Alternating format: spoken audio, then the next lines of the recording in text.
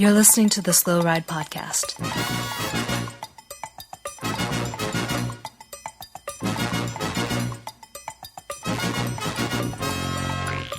Bikes, advice, and rumors straight from the source. TheSlowRidePodcast.com and on Twitter at TheSlowRidePod.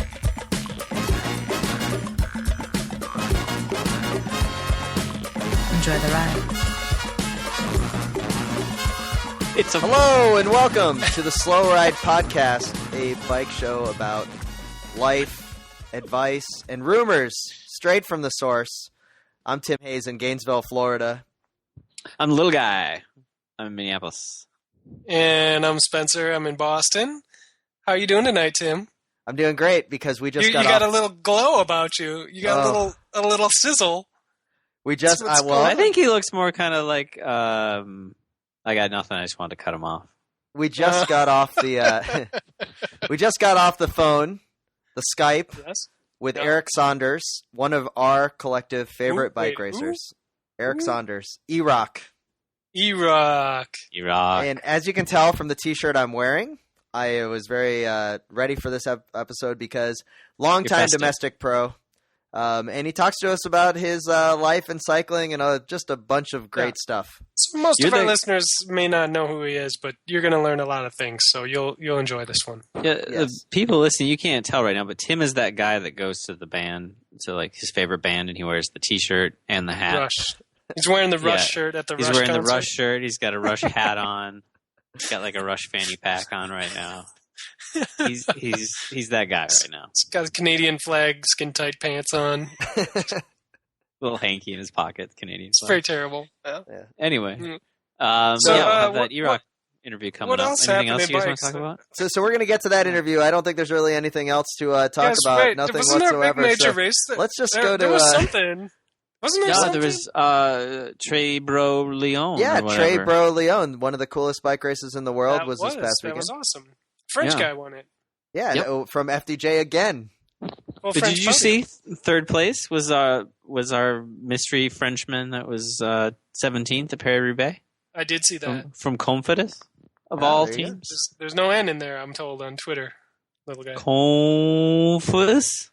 Yeah. Confidus? Is that just a really nasal F? Is that what that is? Oh, I don't know how to say it. Pronouncing it correctly. I learned all my pronunciations from Tim.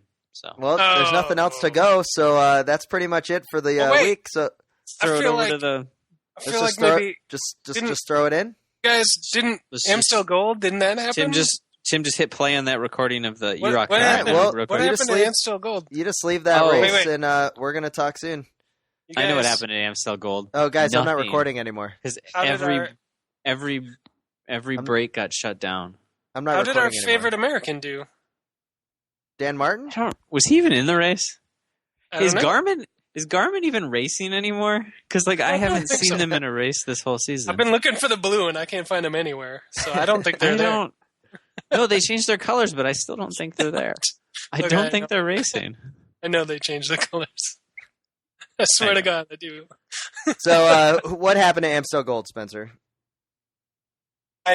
A bunch of racing happened, a bunch of attacks, some laps around the Murdahay, and they attacked up it, and then the guys went, and the red and black guys went, and then the guy in the white was trying to chase them, but then at the end, the guy in the blue getting there, and then the guy in the white whipped around, and he won, and he put his arms up, and there were rainbow stripes in his shirt, and he was actually turned out to be Kwiatkowski, the world champion, whom I predicted to win that race on our last podcast.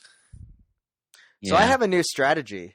I'm just going to always now just have you pick first, and then just pick.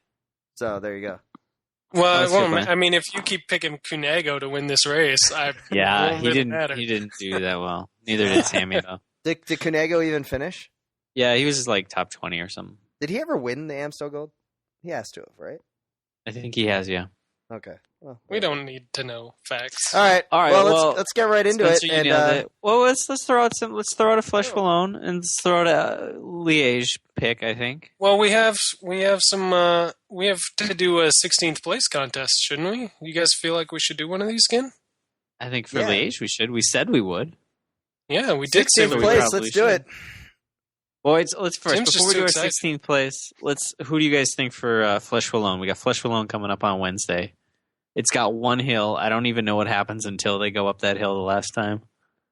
Who do you think's going to win? Super Rookie. I'm gonna have Spencer pick first.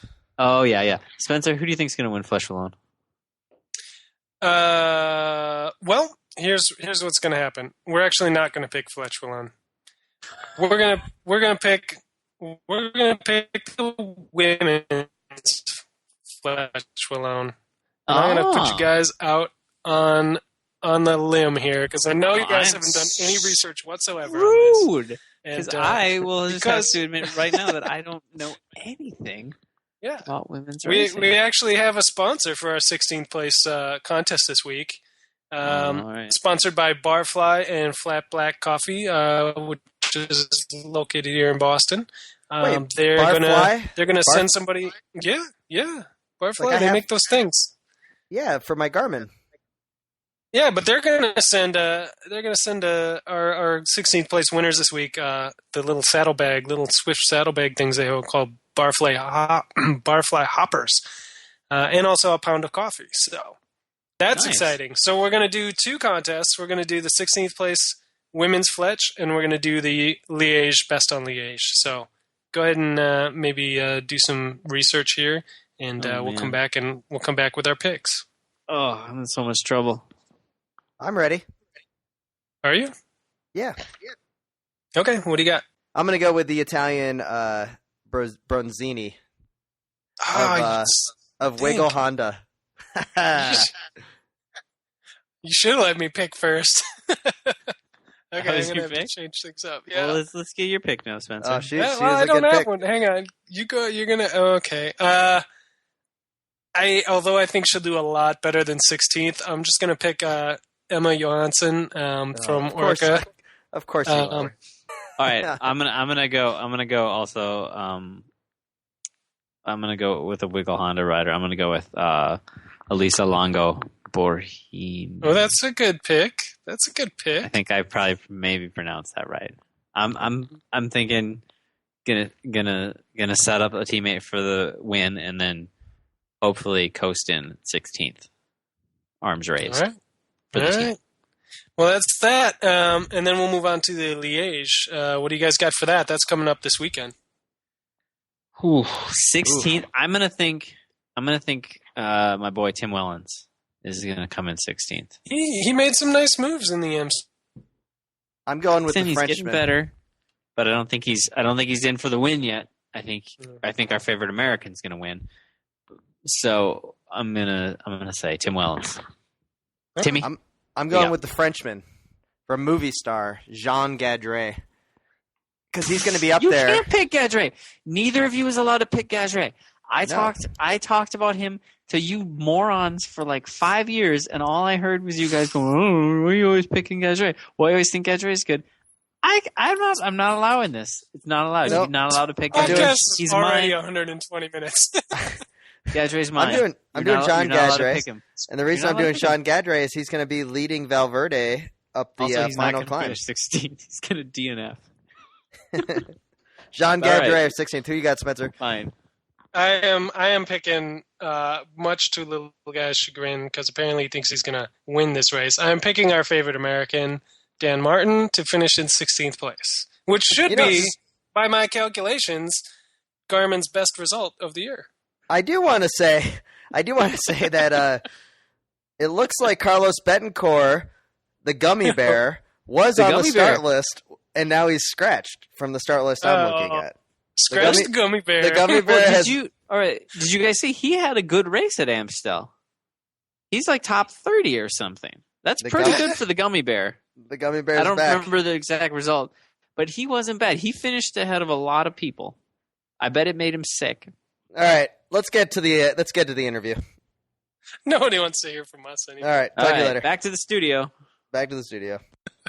I gotta fit this in. I gotta hide it. All right. So we can make it quick. I apologize. I thought it was 10 Eastern. Oh no, Paul! Don't make it quick. Well, I'm not gonna. I'm just saying, like, today's usually our R&D call that can run real long, so. Well, I'm not gonna lie. I needed that extra time to find my limited edition Erik Saunders T-shirt. And there we go. And I had to dig deep for my Langdale cycling cap that I got in 2005 at the Nature Valley Grand Prix from you. I don't even have one of those, man. I don't have that. I'm bummed I lost my T-shirt. I think I told you I wore it at my bachelor party, Nice. and I sweated the shit out of it, man. Yeah, it took me a while to locate these. My wife was pretty sure we had thrown them away, but never. We can't do that. No, once you have a cycling cap, you have to have that cycling cap. That's just how it is. And I will say that I always get really when I was teaching school, I always got really disappointed whenever I got to the bottom of my white T-shirt drawer, and then it was the Erik Saunders shirt because I couldn't wear it with a light colored shirt because it would show through. Yeah. Kids would understand. That's true. Yeah, the kids don't know shit these days. So we have the Erik Saunders, national champion, on the podcast, and we're just shooting from the hip tonight. So what were you, Madison national champion? Yeah, with Jackson Stewart in 2003. It was a good time. It was fun. And that was out in Frisco, Texas. You won that? No, that was at T-Town, man. You can't. If you're gonna win a national championship on the track, the only track to win it on is T-Town. Sorry, Minnesota people. I know that's not cool, but We have a lovely track here. If they support, man. If it's not high school football Friday night, it's T-Town Friday night. So, you really get, and they serve beer. It's out there.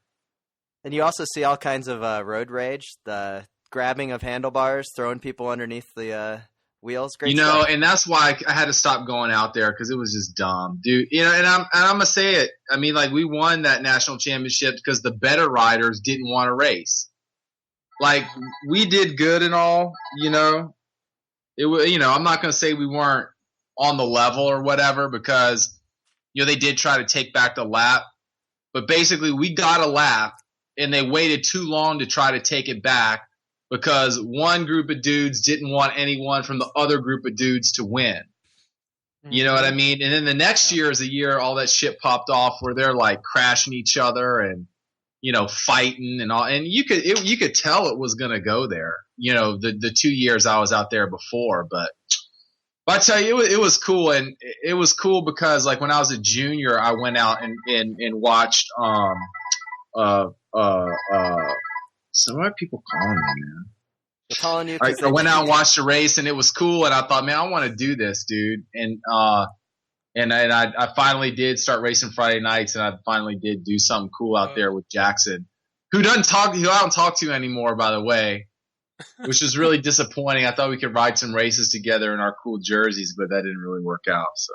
That's a bummer. Was that your only? He's doing something cool though. I think he's doing something with the federation in Europe with like their women's program or something. And he's cool. How many national championships did you win? Was that the only one? Just the only one, man. And I was an asshole too. Nobody in my team liked me. I thought we were all friends and shit. But, like, then, like, after, the team ended, like, none of them return my calls anymore or anything, because I used to say asshole shit to them. And I thought it was funny. I still think this kind of shit's funny. But, like, Jackson didn't want to ride, right? He didn't want to ride the track. He didn't want to ride the Madison with me. And I basically told the team manager to make him do it. And the team manager made him do it. Like, he had to do it. Like, or else he was going to get fired or something. And he was blah, blah, blah, blah, blah, blah. And I told him, I said, man, I will drag your ass kicking and screaming to the only national championship you are ever going to fucking win. Come race the race. And he did. What But I said that to him. That was fucked up. That was not cool. But it ended up being true. What team? So I was right. On Ofoto.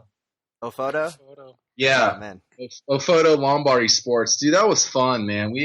That was a time in my life. I'm gonna be honest with you.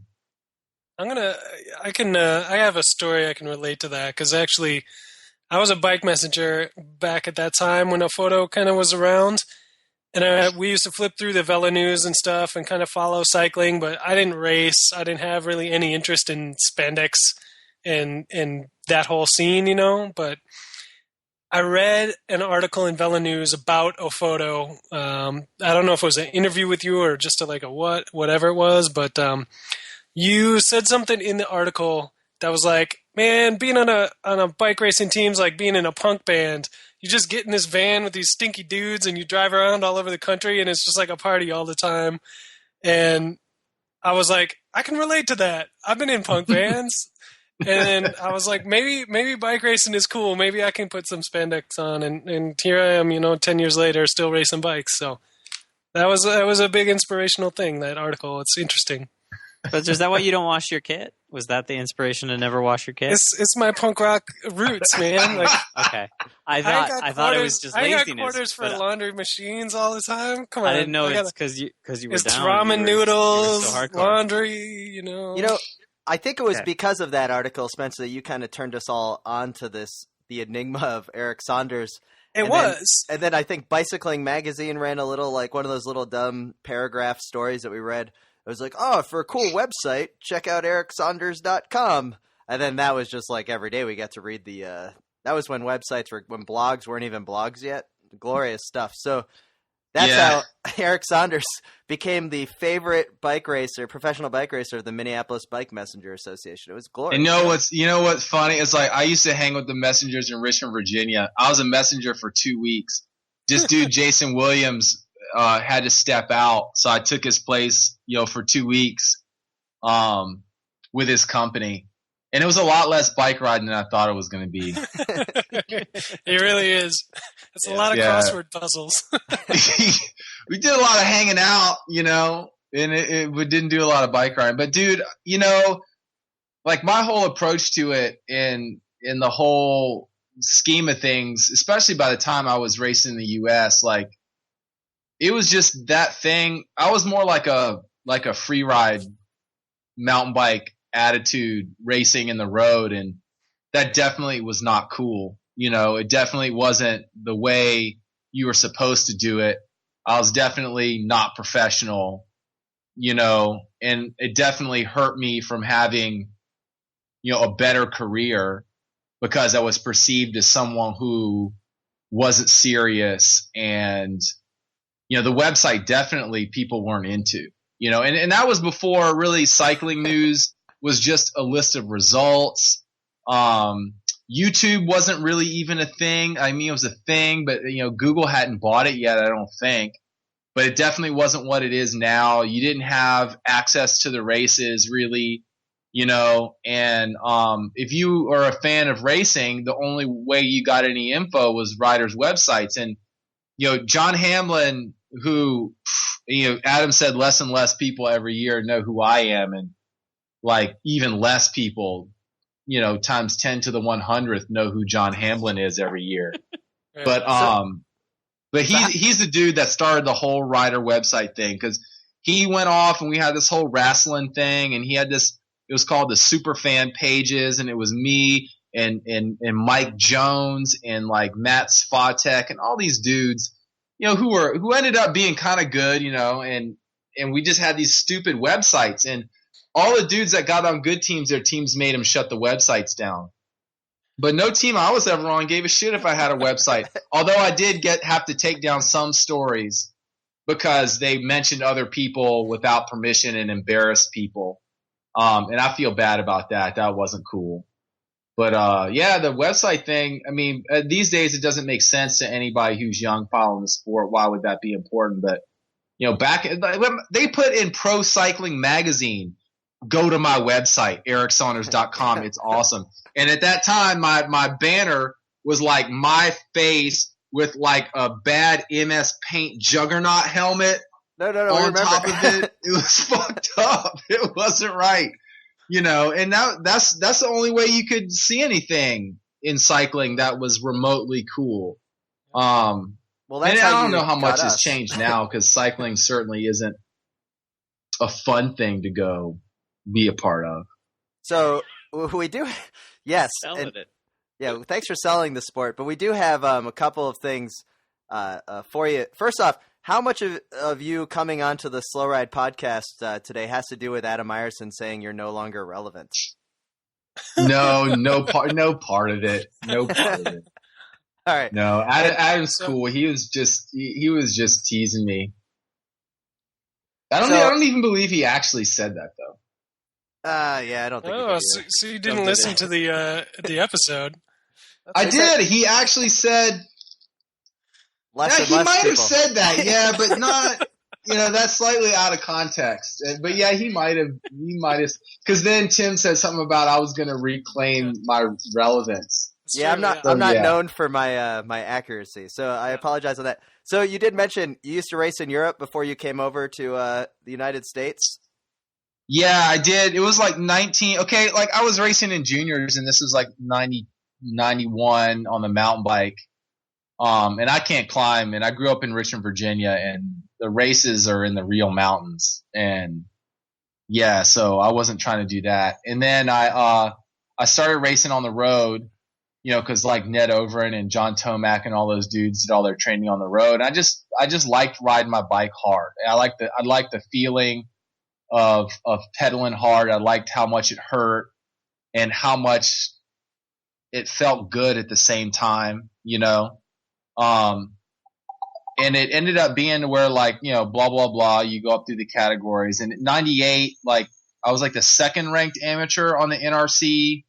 I got top 10 at everything at nationals and, got 10th at Nevada City, which if you know that race has a big freaking hill in it, and was riding really, really good.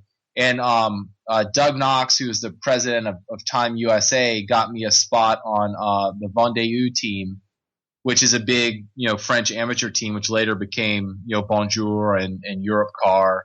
And I went over there to race just because it was an adventure, not because I thought I want to ride the Tour de France. Because again, I didn't care, man. I got, in that year I got offered, to turn pro with a bunch of teams, and I just never was career minded with cycling. What was the coolest thing that was going to be the most different thing I could do was, kind of how I went at it. But I ended up racing over there for 3 years, and I did 2 years in that team, and then my first pro team was kind of an accident. I was supposed to ride for one team in the States, and it fell through. But then I ended up in a Swiss team, which lasted a year. But that was fun. It was cool, and I actually quit. After that in 2001, I was just done. But then I didn't have anything else to do. I only live in my mom's house. Yeah. So after that, I trained. I won some races in Europe and had some good results. I think for me in Europe at that time, which we all know now is pretty infamous for how hard it was to get a good result. But then when I came back, I was like, man, this has got to be a party, because I literally didn't want to live at my mom's house, and a team called me up and offered me some money to keep racing, and I quit for 2 months and was maybe going to ride the track or something. I was like, I may as well keep going. And I went, kept going for another, 5 years, 6 years after that. So that kept you on the road. Yeah. So that's cool. So you did some of the cool, weird Euro races that nobody's heard of, but everybody loves, kind of things. Did you win a pig at Tro-Bro Leon? No, I didn't win a pig. That's a dude. Adam was talking about that on Twitter, and that race is burly. I rode Tro-Bro Leon in 1999.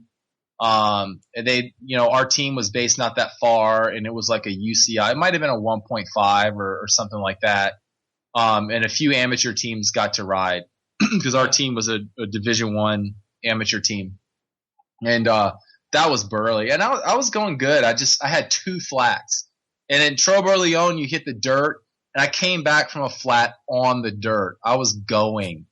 Nice. Nice. I'm not gonna say I was like a Fabian Cancellara type rider, but I was that's the kind of style that I had. I'm not saying like I'm as good as him or ever was gonna be like that. You're like I couldn't get up a hill. I couldn't get up a hill, but if it was flat, I could tear it up. But 2 times flatting in that kind of a race wasn't so good. But that was the first race in Europe where I thought, okay, I can do this. Like I can imagine myself doing this kind of racing, every week. Because that thing was rock and roll. That was a real bike race to me. Yeah. Nice. Was there a lot of people at that race? Like, was it pretty magical? Yeah. I mean, every race you go to when you're in Europe is a really big deal. Like, a lot of dudes don't get to have that experience that I had, and it was just because of a personal connection that I had with one dude who had the ability to make something cool happen. But people knew my name, and I would be out training, and some old French dude and blue coveralls riding his tractor in the fields is like, "Allez les Saunders!" and I'm riding by, like they know who you are, on a training ride. They know who you are. And it's really cool. And so even when you go to the pro races, they don't necessarily know who you are. Cause that year I got to start in a lot of UCI events. But it's different, dude. You're riding down the middle of the damn road and, just pumping like crazy. And you don't get that experience racing in the States. Yeah. So is the road furniture as bad as we all imagine it to be? Are you just diving out of the way at the last second? Well, I think these days it's probably a lot different, at least from the TV. But dude, park cars, all the crazy traffic calming measures when you go through the towns. Yeah, it's nuts. It's crazy. And what's funny is like, I race, and even in amateur races, you do all that stuff. And for the smaller pro races, you ride on the small roads. And so when like I hear the riders complain about a course or the road, and it's just like, that's what makes it cool in a way. You know what I mean? Like those dudes didn't ride amateurs and have to jump up on curbs and shit. Now some like that last race with like a frickin' pylon coming out of the road in the middle of the sprint. Now that's not cool. Yeah. But it seems like it's not like that anymore for a lot of the bigger pro races. I think cycling probably has stepped up quite a lot to where you don't have to jump roundabouts with like 200 to go anymore. Yeah. So you raced pro for quite a while, national champion on the track, and then you retired. You're still involved with the industry, but how much pro racing do you still find yourself watching nowadays? Almost none. Why is that? Yeah. It's kind of boring. I gotta be honest with you, man. I like to watch the pictures. I like to watch. You can get a good 10 minutes on YouTube, and really get the sense of the coolest parts of the race. But, I don't have like 3 hours to go watch the Tour live feed, man. Were you bored watching the 40-person U.S. Crit National Championships last 2 hours of racing this last weekend? I read the recap on Cycling News, and then I went because it made it sound like, oh wow, maybe it would be pretty cool. So I went and watched it on YouTube. The last 10 minutes is like, oh my god, this is killing me. It's so boring. And the write-up was better than the video. I should not have watched the video. The write-up was better. Made it sound like fireworks. And then this guy went, and then that guy went. But I'll be honest with you, dude. And this goes back to, we can talk about this too. This goes back to having a team and having been involved in the NRC, as a rider. USA Cycling's always wanted to have this big sort of top-level UCI thing, and they're really proud of the fact, and deservedly so, that we have all these like Californias and Utahs and Albertas and attracting all these big guys. And there's a lot of good U.S. teams built around the world's top races, where back in my day there was really not one team like that. But I think criterium racing is kind of not as relevant as it used to be.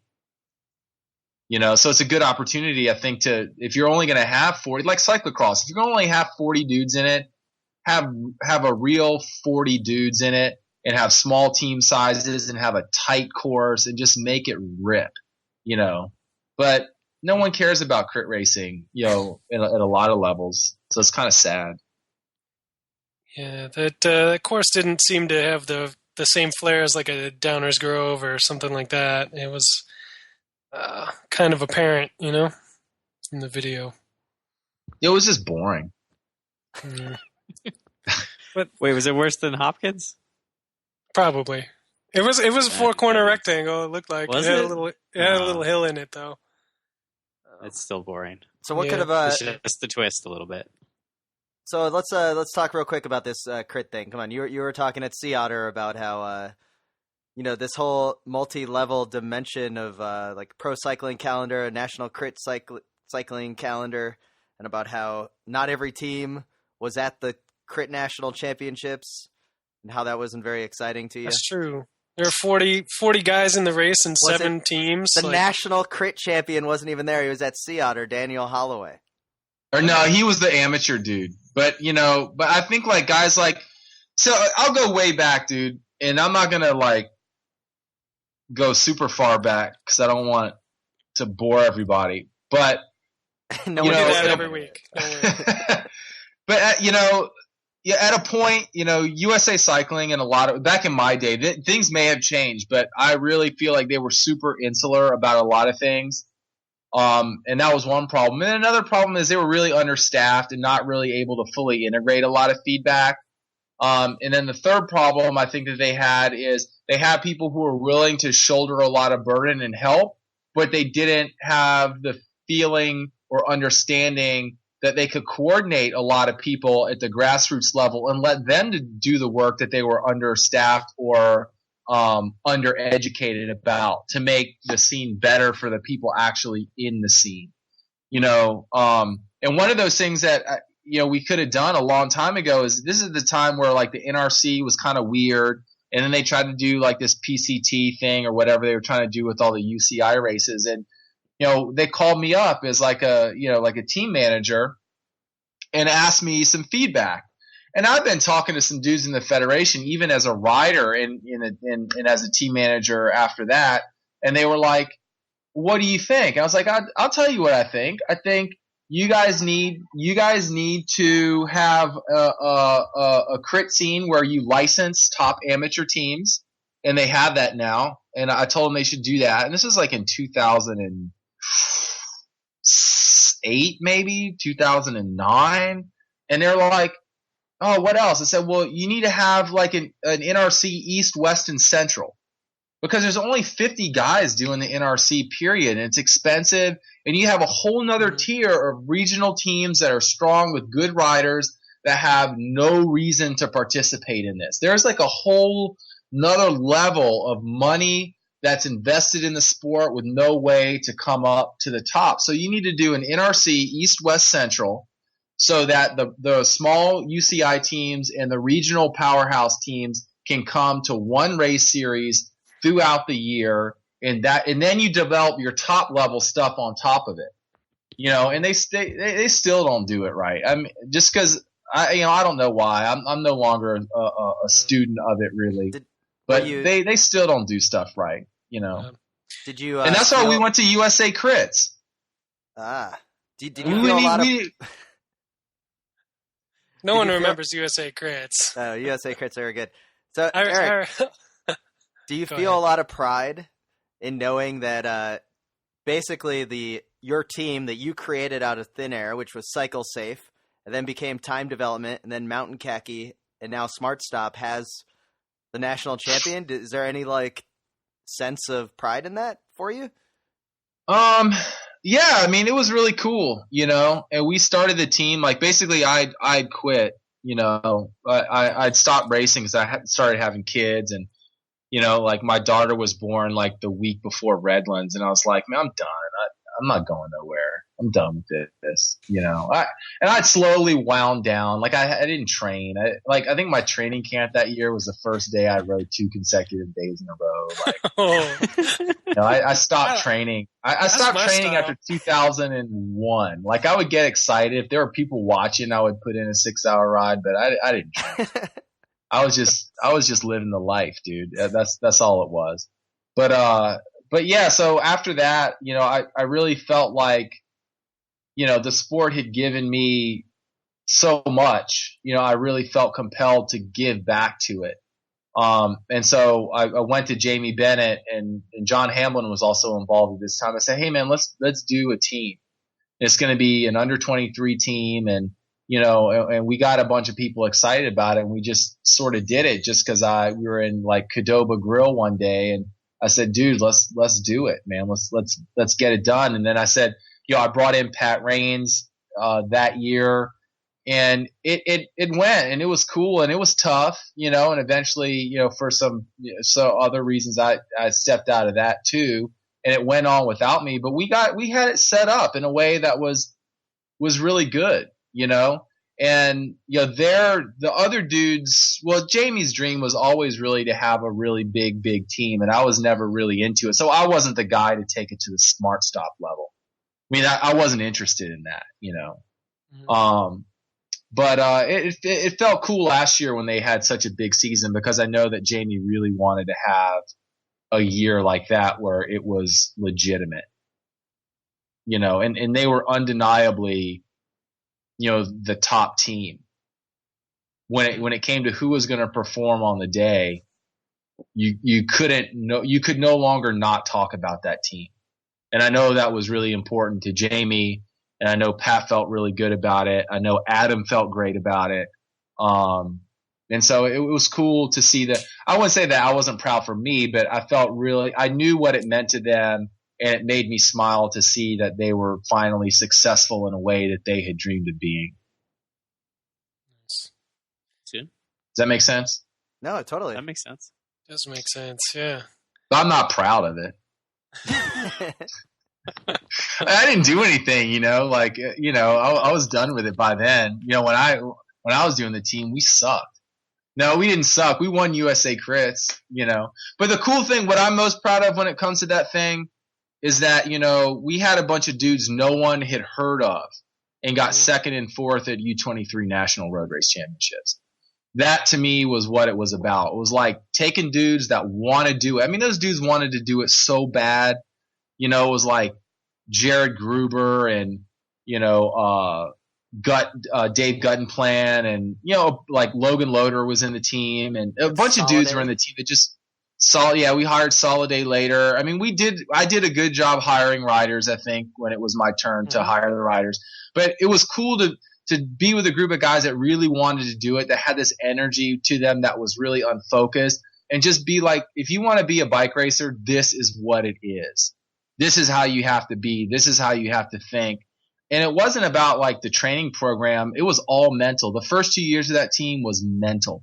It was all getting those dudes in the game, getting their minds right. And that was it. And, and it ended up being really good for those guys who were involved. That's the part I'm proud of. You hire a fast rider, of course he's going to win a bike race. But even Smart Stop didn't come up that way because they still hired dudes no one knew what they were going to do. So even when they became big time, that still was an unknown quantity in a team. Nice. That was speechless. Well, I usually interrupt, so I'm waiting for little guy and Spencer to ask a question or two here. Nice. My only question was going to ask how is it to have an actual Madison teammate? Because my Madison teammate was always Spencer, and he'd drop out halfway through a race. So what's it like do a whole Spencer, race don't be that and dude. like not see your teammate in the infield midway through the race? Dude, is that cool? Spencer.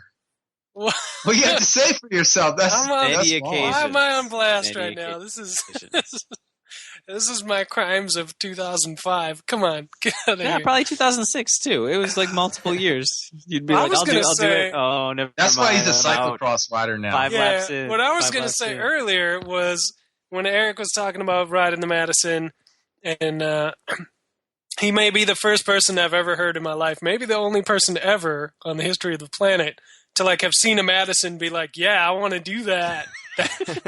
That looks like a good time, you know? So it's the best, man. It is like, you know, y'all know it is. There's a part in a race where it's like crunch time. It's really hard and everything you do matters. And the Madison is like only that part of the race. It starts and it's pretty much that part of the race for the whole race. That's why Spencer dropped out 3 laps in. I actually love the Madison. I like it a lot. I like the dynamics of it. And I trusted Little Guy 100% as my Madison partner. I trusted no one else on that track, though. Like, that was the problem. Those guys were idiots, and they were crashing everywhere, and I didn't like that. No, the next year in Frisco, I rode the Madison, and I forget the dude's name, man. It was some dude, and we just kind of hooked up, and he was my partner. And he had this really cool baby blue bike. It was called an Alba Beachy, and it was like looked like a time trial bike, but it was a track bike. And the bottom bracket on that bike was mad low. And so I had this dude as my partner, and he would clip a pedal in relief. And like I'd come to throw him in, and he'd clip a pedal right in front of me, like and slide down the track right in front of me and end up on his ass on the apron. He did that like twice. So you talk about having a bad Madison partner. You weren't that bad. That's a bad Madison partner. That dude was terrible. Well, I couldn't even throw him in. Track. I mean, he was. Yeah. What was that, Tim? At least he was on the track, though. Spencer, you know, partly on his ass, yeah. Yeah, he was on the track on his ass for sure, dude. That dude was terrible, and he was not a bad rider or whatever. And that was the year like Brad Huff and Matthew somebody or other won. Oh, yeah. So I do want to ask you about an event that you talked about, but we never saw video of. 2005. I tweeted about it earlier today. The pinnacle of your racing career, perhaps, was the Red Bull Road Rage, the downhill mountain bike race that you had blogged all about. And it was like a time trial going down the side of the mountain, and you were all about the promotion of the event, and you were like, "This is the future." It was sick. I told those dudes at Red Bull, I said, "Man, I will quit doing crits. I will do a full season of bombing down a sketchy mountain for no money." So tell us about it. Like, none of us got to ever see it. It's on Wikipedia. There's like one little link. It was like 2005, and then it went away for 5 years, and now it's in the Alps. Yeah, no, it was. They went down Tuna Canyon, and safened it because it was not safe, and like you would fly off a cliff, like it wasn't safe, and so they really did a lot and cared a lot about it, and it was the first thing, you know, and half the field was road riders, and half the field was like, you know, Brian good Lopes. mountain bikers like Mark Weir and Brian Lopes was on the course. Huh? Wasn't Brian Lopes out there with like? Yeah, Lopes was out there. That's the first time I met Lopes. I still see that dude everywhere. So it was cool. I was there, and it was cool because you got to meet a bunch of kinds of athletes that you never really get to meet, you know, and talk to. And a lot of the road dudes weren't talking to the mountain bike dudes in the shuttle to go back up. And that was the other thing. Like, it was like, you gonna shuttle me back? You can just ride up. While the mountain bike dudes are like, where's the shuttle? This is bullshit. They're like looking at their watches like, how are we gonna get back to the top? And I'm like, on your fucking bike? How about that? How about you turn around and ride back up the hill? Imagine that. Yeah. You know, but they were all into it. It was cool. It was really cool. And I think the neighbors hated it because they planned on doing it again. You know, the neighbors hated it. I flatted out of that too. I didn't crash out. I flatted out. I was going to tear that up. Dave McCook, if you remember him. Oh yeah, he was all about it, dude. They had a speed trap, and it was $1,000 to win the speed trap, and I went 55. I think he went 56 in the speed trap, and he was like, "Yo, Saunders, let me borrow your Aero helmet." I was like, "Why you want to borrow my Aero helmet?" Because I'm gonna hit that. I'm gonna go for the speed trap. Like, I'm gonna go for the speed trap. He's like, "Remember the time at Super Week I led you out for that win and I helped you out?" I was like, all right, here you go. Here's my Aero helmet. So he wins a speed trap and wins like $1,000. And then he crashed my aero helmet and cracked that thing, gave it back to him. Oh, I'm sorry, man. I was like, thanks, Dave. You just won $1,000, cracked my aero. I bought this aero helmet. Like, I had to buy this. You know what I mean? He's like, oh, I'm sorry. He just gave it back. I was like, all right, whatever. Dude. It's all good. It's all right. You should have shut the door on him. You should have put a couple extra padlocks on there. And you can't shut the door on Dave McCook. He's one of those dudes. You can't shut the door on Dave. He's crazy. I was just trying to get you going on a 5-minute thing about closing doors and. You can ask me about it. Why don't you? I thought you were going to ask questions, and you just let me. I'm carrying this whole damn thing. That's what we want. That's better than asking all right. questions. What the hell were you talking about in the movie Pro? That monologue went on for a while. I'm on confused. that, man. People either got it or they didn't get it. I got it. I feel like I got it. I watched it 5 years ago. It's been a while. But Jamie had come to my house and we were just shooting the shit like this, right?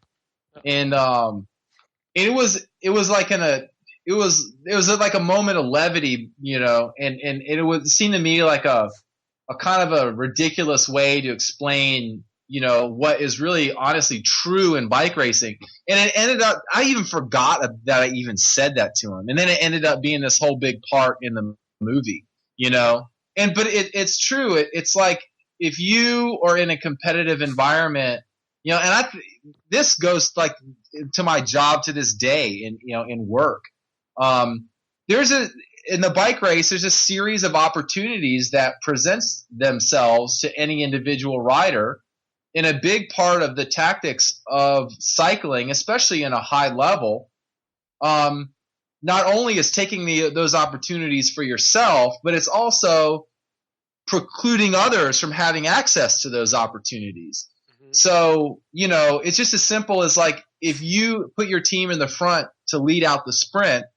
I think Cat 3s don't understand what this is about. It's the advantage isn't that you look cool with your team in the front. The advantage is that you can put it up to 36 miles an hour and line it out and make there a very high cost, to going out into the wind to try to take your position. Then your sprinter already has a bike length on everybody else, and you're already going 40. So to pass the guy, what are you going to do? Go 42? That's not possible. The door's closed. That's a prime example of shutting the door. If you have 3 guys that get it to 38 and drop you off and you're already going 40, the door's shut because that other dude probably can't go 42 or 43 behind you. And that's key. That's a simple way that sort of works itself out. And I'll tell you, I watched Pro and the hard road actually, but probably 100 times each. Like when I was first getting into bike racing, and I do feel like I got that segment from you, and that was good, like sage worldly advice that I was able to absorb, and I feel like I got really good at closing doors on people during races and taking those opportunities away. But I was never quite good enough to take advantage of any opportunities or doors that I could open. So that was why my bike racing career ended around, below Cat 2, back of the pack. We're going 30, 38 either. Well, I think the only door Spencer ever opened in the middle of a race or closed in the middle of a race. Oh, this is true. Was the Porta-John door at the crit where he went in mid-race and jumped back in the pack later. So I did. That is some tactics for you Cat 3s. That was a 1-2-3 race too. So there you go. It was. I popped right out, backside of the course, hit the porta potty, popped back in the field. Nobody the wiser. Yeah. So, that's bad, actually. That's like worse than doping, actually. It was a training crit. I feel like it's okay. Well, sweet segue, Erik, because let's get to something else. So there used to be the rider websites, and now it's obviously Twitter where, the anonymous trolls can come out of the woodwork and get people going and never have to even put their names on it. What do you think of all these flare-ups on Twitter of people calling others out on doping and whatnot from your time period as a racer? It's, it is what it is. I'll say this, though. On my website, I had a thing where I was doing HTML, and then I used Blogger for the most popular. And the website was doing 125,000 uniques We were over 1 million hits. It was a serious website. That's a marketable website. I could be, if I was a webmaster type dude, that's good. That's a good business, to start off on, and at that time, I did Blogger platform and I allowed anonymous posting, and people said, dude, don't allow anonymous, make people sign their name to something, make people show you who they are. I was like, man, fuck that. I'm about talking shit on the internet. And that's why that website started. Because John Hamlin would talk shit on the internet, and it comes out of that kind of RBR kind of thing. People know what, Usenet is from back in the days, and so I'm totally cool with, I don't do anonymous. Fuck, man.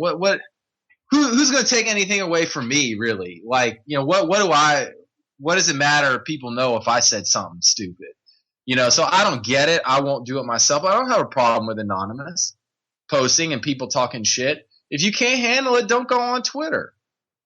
You don't block people on Twitter. That doesn't make any damn sense. So sage true, advice. man. There we go.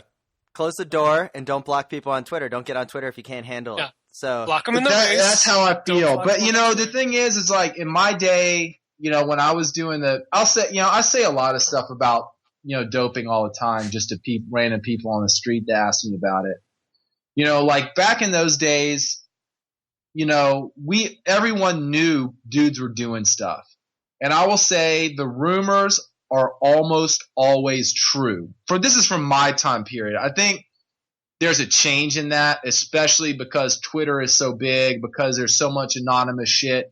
And I'll get into another thing that really changes that for this time period. But in my day, the rumors were almost always true. And I had this website and I said some stuff. I didn't really discuss doping that much because I didn't know who was doing what. We all knew dudes were doing stuff and we accepted it. Because if I was that mad about doping, I would have quit. But I didn't race bikes to be a superstar. I did it for me. I did it for the way that it made me feel. And I liked it, and I kept doing it for that reason. So I didn't need to win 1 million races. I didn't care. I mean, I won 1 race a year, maybe. I didn't win very often. I didn't even get second I didn't even try to win very often. So we didn't really discuss it, but we knew it was going on. And I can say that there's not anything that's come out in the last 5 years that I didn't already know about when I was a rider, because back then the rumors were true. These days, there's a bunch of dudes that are just disgruntled and bitter and angry, and people will just jump on shit and make it into like, everything's wrong with the world, like angry bees over this stuff. I'm just like, I don't understand it. I don't understand it. So I think a lot of stuff on Twitter is unfair. I think people jump to conclusions and everybody wants to dirt on somebody and everybody wants to out somebody. Like, what the fuck does it matter? I mean, honestly, there's stuff that does matter people don't get excited about. You ain't improving a human condition. So what? Somebody took some drugs. So what?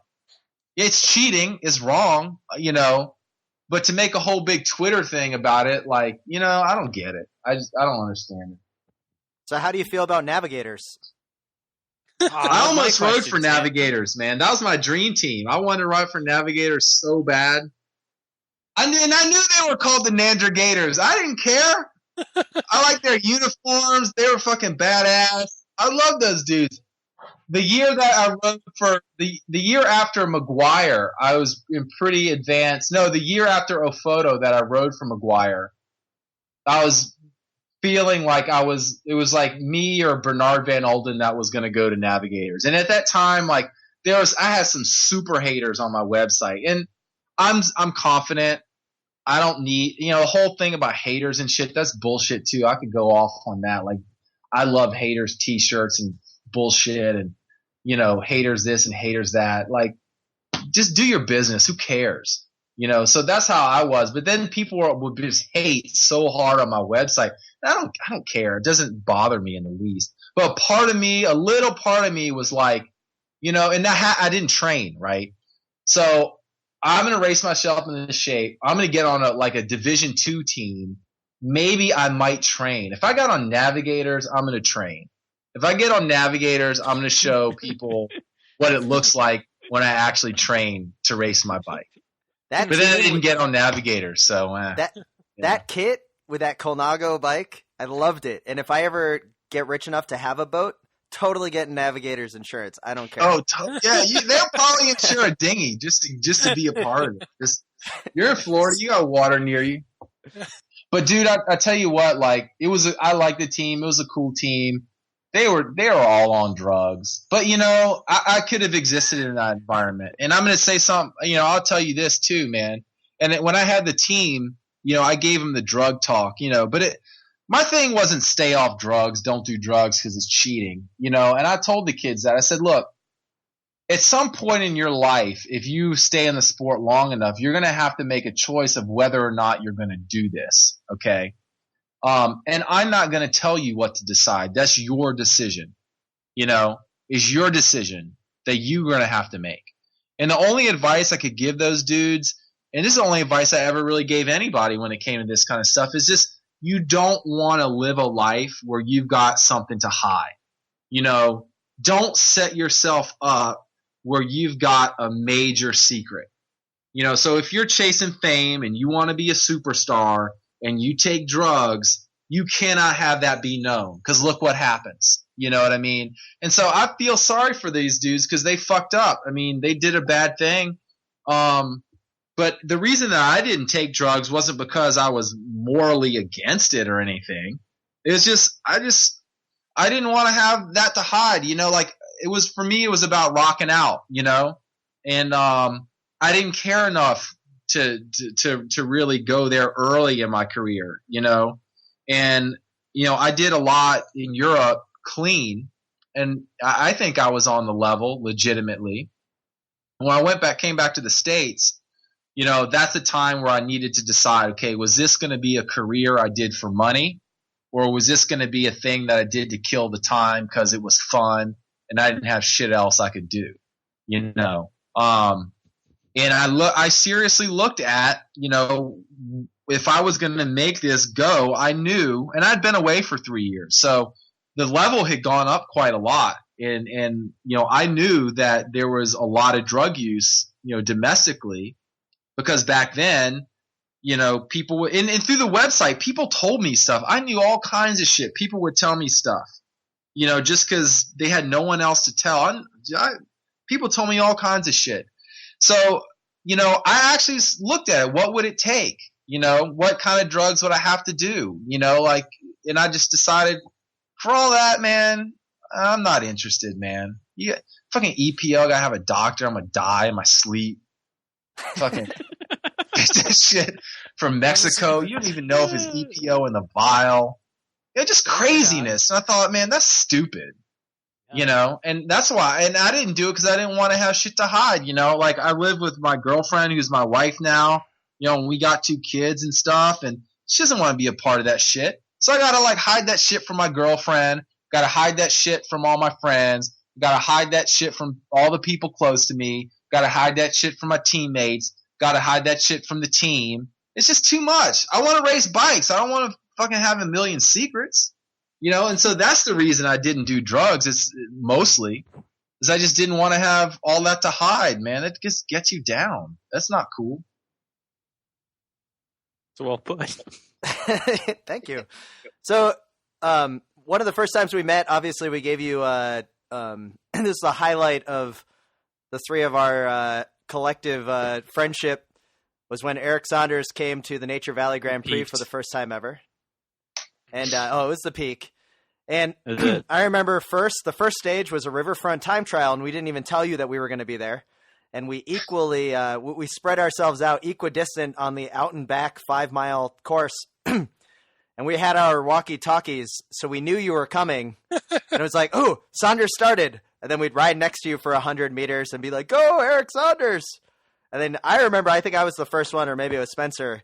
And you had the craziest look on your face looking over while you're in full tuck going, what the hell is going on? And then it continued. So, yeah. We had to have I don't even remember that. I don't remember that. Oh, well, thanks. It's no longer the peak. We had a night mission the night before. We went down to the time trial course and spray painted your name on the ground. Like, we were on some vandalism. Like, I don't remember that, man. And I feel sorry. I don't remember that. And then the downtown Minneapolis crit the night before that. We were downtown. We were spray painting your stencil all across the start-finish line. So when that you I remember. So that was you could look down. And that was good. And we gave you the T-shirt. But that night, the YouTube clip of the crash, I mean, that was McGuire had a rider off the front, and he crashed on one lap to go. Yeah, that was Matt Dubberly. He lives here in Santa Barbara too now. A bunch of two other dudes from that team are here in town. We all kind of ended up in Santa Barbara. It's kind of funny. But yeah, that was. I mean, I'll be honest, man. And that, talking about the doping thing, I said this I think on Facebook. Like, years later, knowing like that you guys got so excited about racing around. I don't have it didn't blow my head up or anything, and I don't really feel like that today. I'm not going to say y'all like love me so much or anything, but it was just really cool to be like a part of people getting really excited and doing something fun. Cause it wasn't just about like following this dude around or whatever, but you guys obviously had fun with it. It was like you said, you were on some vandalism. You can tell us how you ended up in a cop car.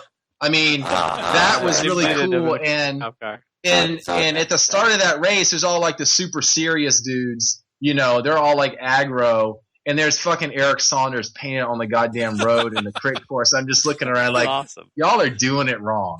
Like, you guys need to represent some shit that's fun, and then maybe you will have t-shirts and not your name, your fucking face on the road.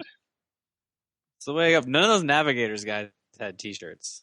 No. Man, none of those Navigators had nothing. They had needles. Nobody even knows their names. I don't know any of their names. Who was on? Who was even on? All I know is John Hamlin was on Navigators because he's my boy. Trent Klasner was on Navigators. I can respect that dude. He was cool. He is like he was nice. Some of those dudes were cool. I'll say, but then some dudes were just like, oh my god, like go get a personality. They have like a extra personality O. Like, what could the O be for extra personality in EPO? I don't know. Some of those dudes needed it. I'd like to think that just him being so excited about you being at that crit is what inspired him to jump on the course post race and get arrested. Is that why you jumped out on the course and got arrested? Yeah, Tim. Why would they arrest you for that? That's not even good. I thought you like Minneapolis cops. They'll arrest you for anything. He decided he wanted to do a lap, and they didn't think that was cool, and they threw him in the back of the squad car, and it was great. It was a beautiful way to cap a wonderful night of racing. They left. Y'all should have asked me. I'd have got you out on the course. Nice. I always went good in Nature Valley. That was like my last little bit of going good in the summer. It was good times. I almost won a stage there one year. Yeah. And then the next year I almost won there was a Mankato or something, like some road race with a hard hill in it. I was going good on that one too. Yeah, I always liked that race. But I could never make it to the end with good legs. I'd be a wreck by that Stillwater stage. I don't think I've officially finished it without getting pulled, that Stillwater race. It's really tough to do, and that race is no fun, even if you get there. That hill is way too hard. I did that race as a cat in the Cat 2-3 with no racing the day before, and I threw up on the second lap. Nice. So there you go.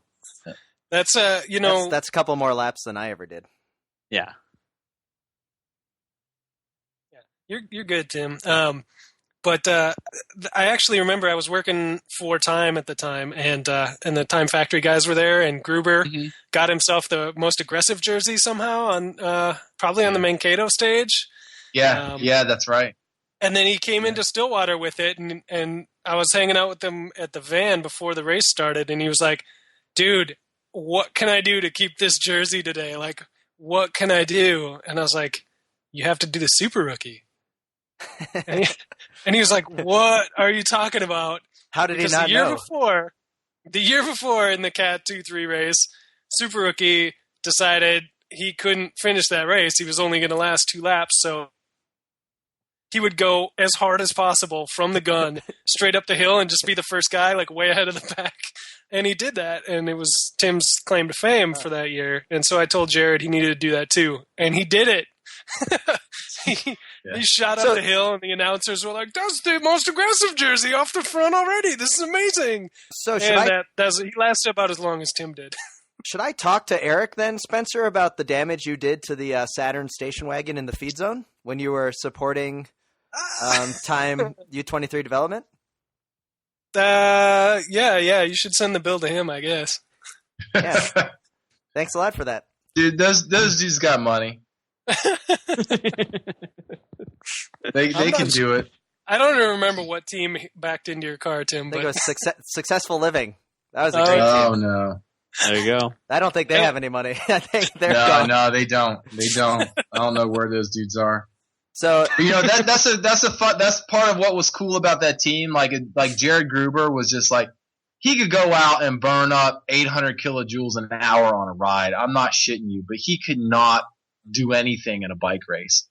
But so getting a dude like that to turn around and to be able to perform in a race.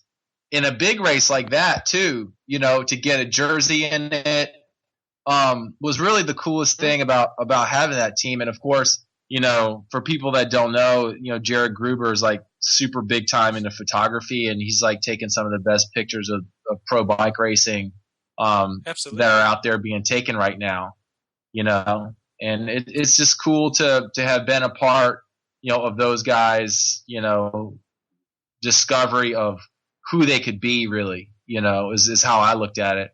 We had them in the team house. I taught those guys how to sext. They didn't know how to sext. Oh man, yeah, that's some I good tell them U23 exactly what knowledge. to take pictures of, exactly how to do it, how to angle, what to say. And we had a team house, and I would hang out there. It was like 4 or 5 guys living in this house that we had in Winston-Salem, North Carolina. That's the kind of mentorship we all need. It was a serious mentorship in life. Yeah. I did get some of those dudes laid, though. I'll tell you what. There you Well, go. It's the best results all season. Yeah. I don't think our Erik Saunders shirts ever got us laid, though. No, they never got me laid either. My wife thinks all this stuff is stupid. So do you? What's wrong with you?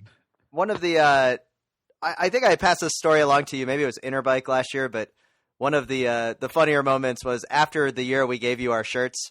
Spencer and I went down to Super Week, and it was pouring rain at the MGA Proving Grounds race course. You remember the old road course that they had where it ended on the racetrack? And I remember it was pouring rain, and after the carnage of the race, Spencer and I are in my old Saturn station wagon trying to change, and we're down to just our towels. And the first thing we put on are our Erik Saunders t-shirts because they're like the only dry shirts we have. And it was at that moment we put them on. You opened up the sliding door of the van next to us, and you're like, "Hey guys." And we tried to play it so cool, but when we got in that station wagon, we were like, "Oh my god, he thinks we're stalking him." We're wearing his T-shirt, nothing else, and we parked next to him. Nah, I never thought that about you guys. I always liked you guys. I always thought Spencer was cool. It wasn't, other dudes would be like, yeah, whatever, but. I never took it like that. It was just fun. You don't have anything to be embarrassed about. Oh, I was so scared. Like I was like, oh my god, we can't. Like we go to the next race, we can't share his name. He's gonna totally think we're stalking him now. No, I didn't think that. No, I just like I said, I thought it was cool. It was fun.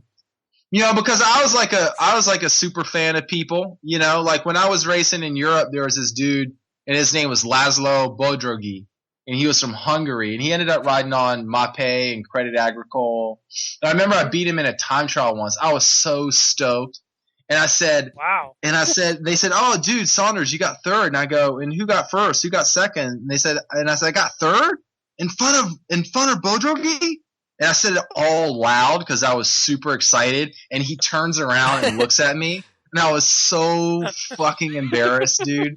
I just wanted to hide, you know. So I know how that feels. It was like, and then another time in Chrono des Herbiers, he got third, and I said, I just had to say, like, congratulations to the dude. I was stoked. I don't know why. Like, he represented something to me that was cool, you know, and I didn't look up to him like I wanted to be him or anything, but I just thought it was cool. He had some swagger to him, you know. He had a style to him, you know, and I just thought it was cool. And I thought it was cool when he'd get good results, you know. And I said, hey, man, like, I told him, I was like, hey, dude, you're my hero, I have to tell you. And he was just like, what the fuck are you talking about?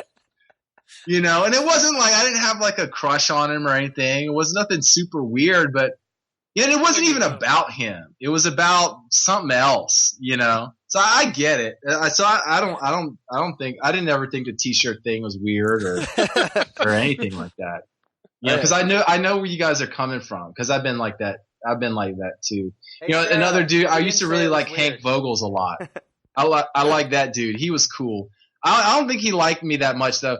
I think he personally rode against me in one race. Like he decided I was not gonna win one race. I didn't train, so like I was never going good for maybe like 3 weeks in a year.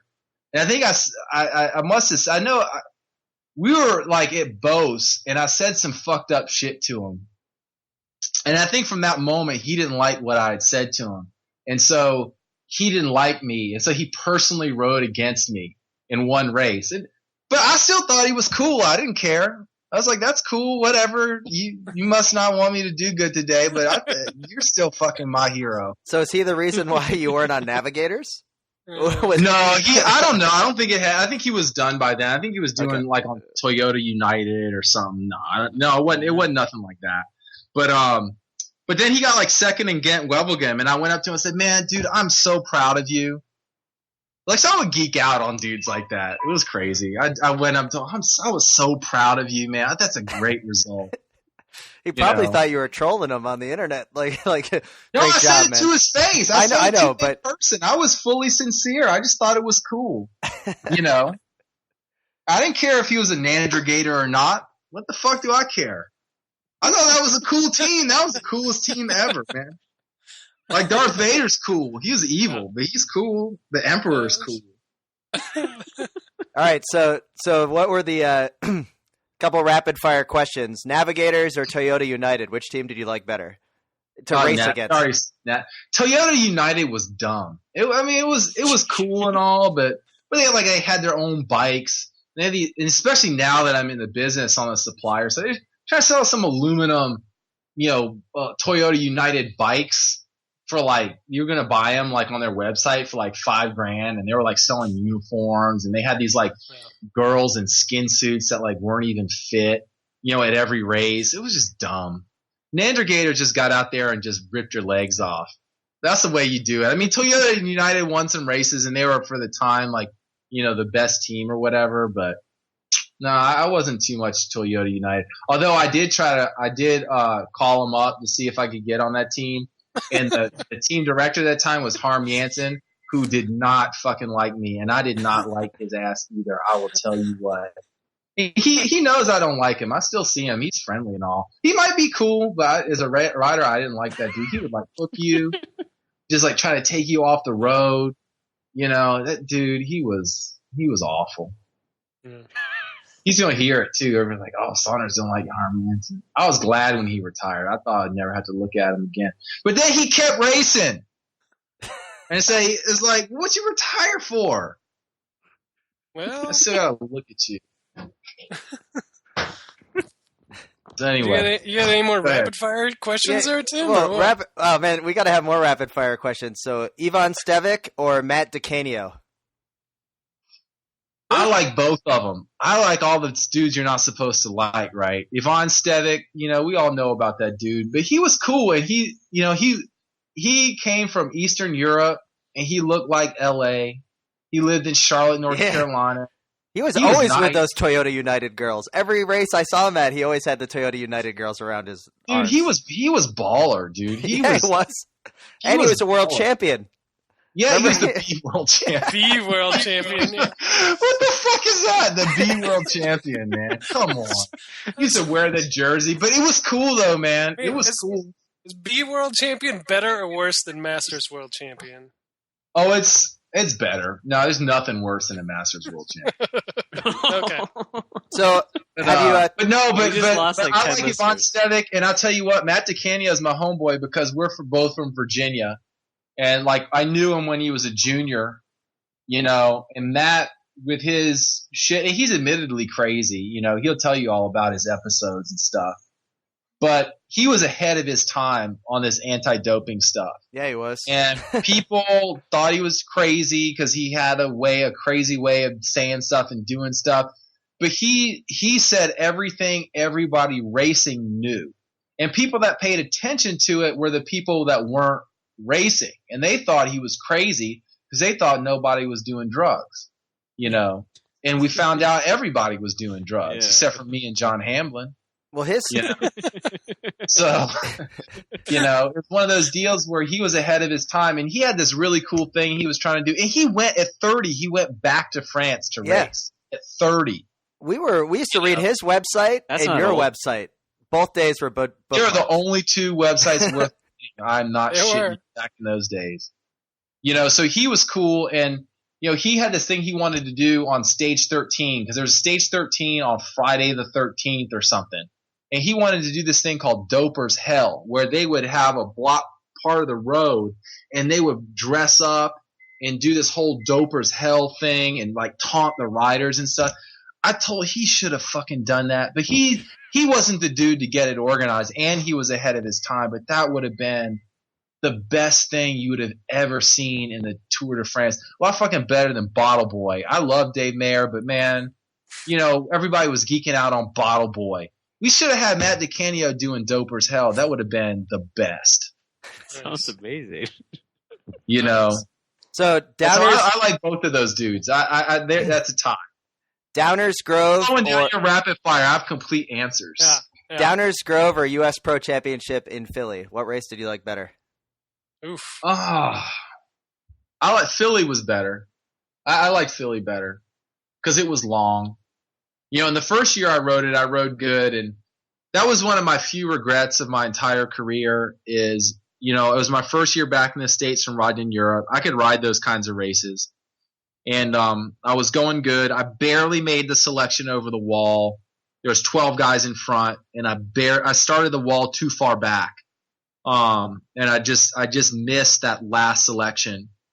And I had 3 other teammates at the time, and they came to me and they said, it was Davey O'Loughlin, Tim Larkin, and I forget the other dude's name, and I really like Colby. I forget his last name, but they said, you know, Davey came to me and said, you know, do you want us to ride this down for you?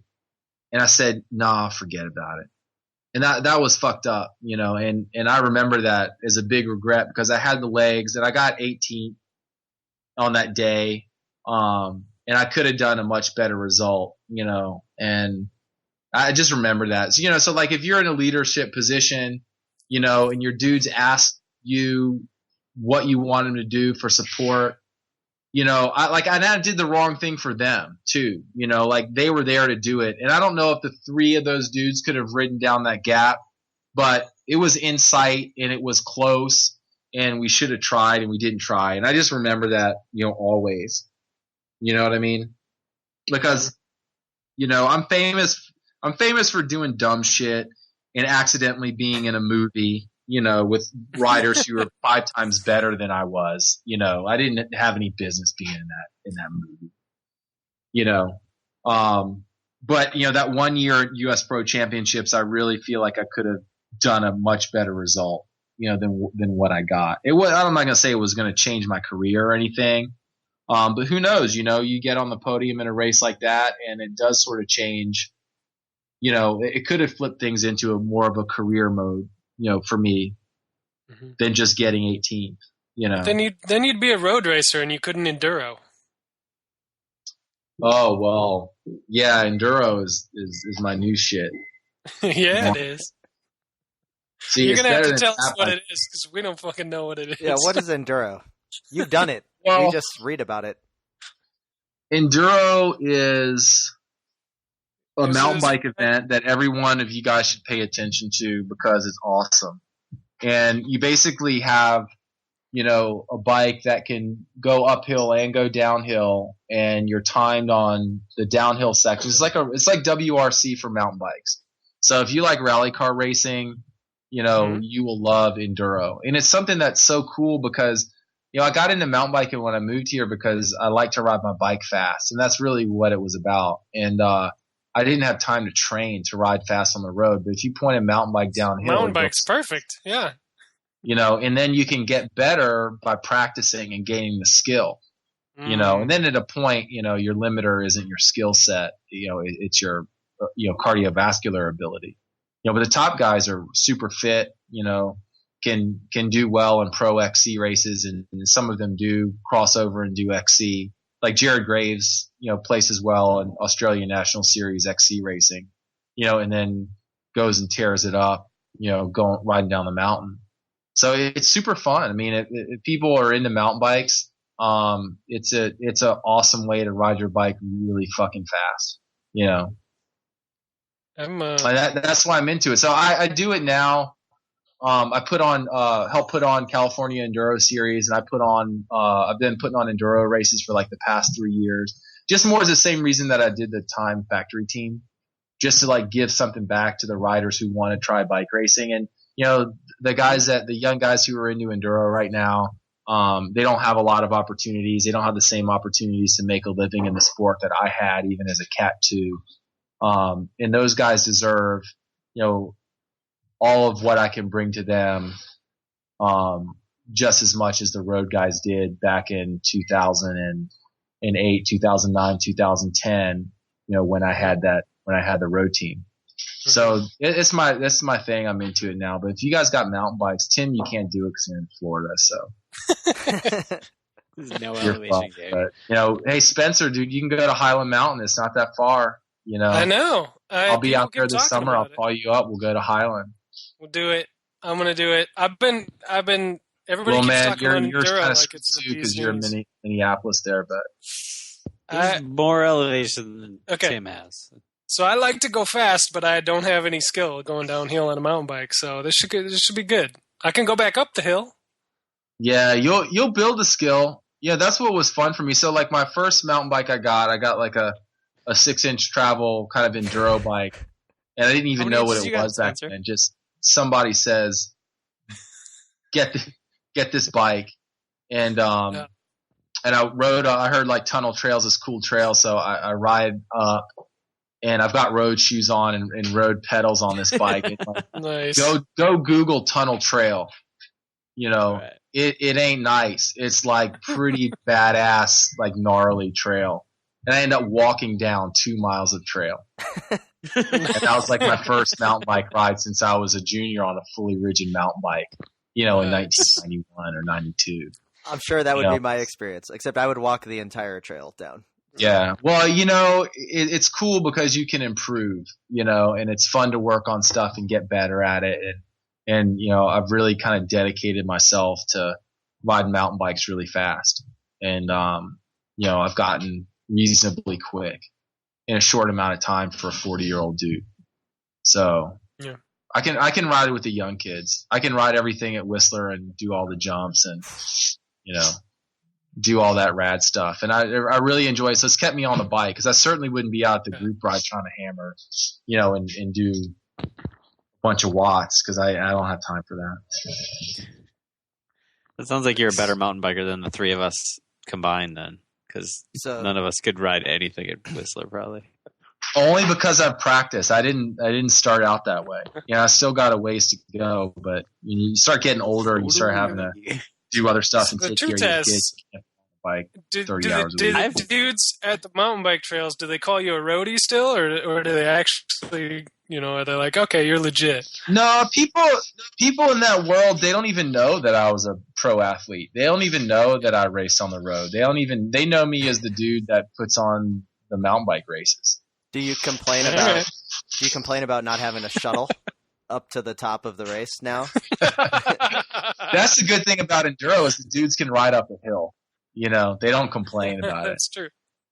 But some dudes do complain about having too much pedaling in the course, and that's like driving a race car. You don't want to use your right foot.